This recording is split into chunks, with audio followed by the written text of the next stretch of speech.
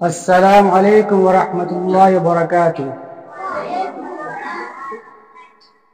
الحمد للہ الذی علم الانسان ما لم يعلم والصلاة والسلام على من اوتی جوامع الکلم اما بعد اعوذ باللہ من الشیطان الرجیم بسم اللہ الرحمن الرحیم انما یخشى اللہ من عباده العلماء صدق اللہ العظیم۔ جنہیں میں ڈھونڈتا تھا آسمانوں میں زمینوں میں، وہ نکلے میرے ظلمت خانہ دل کے مکینوں میں۔ جلا سکتی ہے شمع کشتہ کو موج نفس ان کو، الہی کیا چھپا ہوتا ہے اہل عشق سینوں میں۔ نہ پوچھ ان خرقہ پوشوں کی ارادت ہو دیکھ ان کو، یدے بیضا لیے بیٹھے ہیں اپنی آستینوں میں۔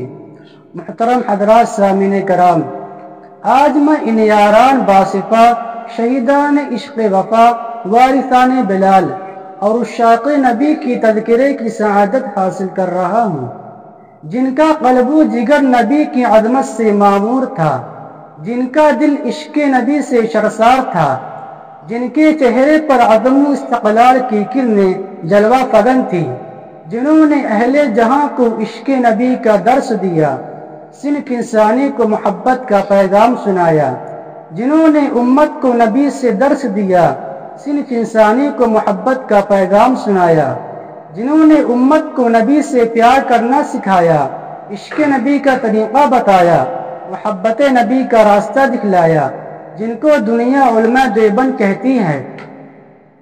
لیکن میرے عزیز دوستوں، میں حیرانیت کے سمندر میں غرق سرگرداں پریشان ہوں کہ اس قلیل وقت میں ایسے عظیم الشان وسیع و بسیط موضوع پر کس طرح لب کشائی کر سکوں، جس کا غیروں نے بھی کھلے الفاظ میں اعتراف کیا ہے۔ ان کے کن کن گوشوں کو ان کے زبان پر لاؤں، ان کے کن کن خوبیوں کو بیان کروں، ان کے کن کن خصوصیات کو نظر انداز کر دوں، ان کے عشق نبی کے واقعات کا سیر کراؤں یا ان کے مجاہدانہ کردار کی روداد سناؤں۔ عشق نبی سے شرسار مولانا قاسم نانوتوی رحمۃ اللہ علیہ کے سفر حج کی منظر کشی کروں یا روزہ اطہر پر مولانا حسین احمد مدنی رحمۃ اللہ علیہ کے درس حدیث کی جھلک دکھاؤں۔ عشق نبی سے بیتاب مولانا گنگوہی رحمۃ اللہ علیہ کے دل کا تذکرہ کروں یا جنگ آزادی کے موقع پر علماء دیوبند کی عشق نبی کی تاریخ بتاؤں۔ کیا کیا بتاؤں اور کہاں تک بتا سکتا ہوں؟ خدا را جاؤ، اگر تم سے ہو سکے تو علماء دیوبند کی عشق نبی کی داستان تاریخ کے اوراق سے پوچھو، مکہ کی گلیوں سے پوچھو، مدینہ کی ریگستانوں سے پوچھو، بالا کوٹ کی پہاڑیوں سے پوچھو، مالٹا کے قید خانوں سے پوچھو۔ یہ سب تمہیں علماء دیوبند کے عشق نبی کے نغمے سنائیں گے، جنہوں نے عشق نبی کی خاطر اپنی جان آفری کے حوالے کر دی۔ حق تو یہ ہے کہ اگر سرزمین دیوبند پر علماء دیوبند کی شکل میں احسان خدا نہ ہوتا تو ہمیں عشق نبی کا طریقہ معلوم نہ ہوتا، محبت نبی کا وجود نہ ہوتا۔ اگر علماء دیوبند نہ ہوتے تو ہمیں نبی سے پیار کرنا نہ آتا، اگر علماء دیوبند نہ ہوتے تو ہمیں نبی کو اپنے سینوں میں بسانا نہ آتا، نبی سے چمٹنا نہ آتا۔ دوستوں، حضرت مولانا قاسم نانوتوی رحمۃ اللہ علیہ کی ہستی سے کون نہ واقف ہے، انہیں کون نہیں جانتا، جو علماء دیوبند کے سب سے بڑے لیڈر اور سب سے بڑے قائد اور سب سے بڑے رہنما ہیں۔ جب بیت اللہ حج کرنے جاتے ہیں، مدینہ کے قریب پہنچتے ہیں، عشق نبی سے شرسار مولانا قاسم نانوتوی رحمۃ اللہ علیہ مدینہ سے 7 میل پہلے ہی اپنا جوتا اتار لیتے۔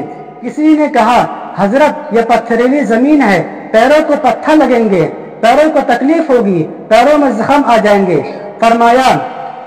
فرمایا پتھروں کی کوئی بات نہیں ہے، زخم کی کوئی بات نہیں ہے، میں جوتا اس لیے اتارا ہوں کہ شاید آج سے 1400 سال پہلے اس سرزمین پر رسول اللہ کے نبوت والے قدم آئے ہوں۔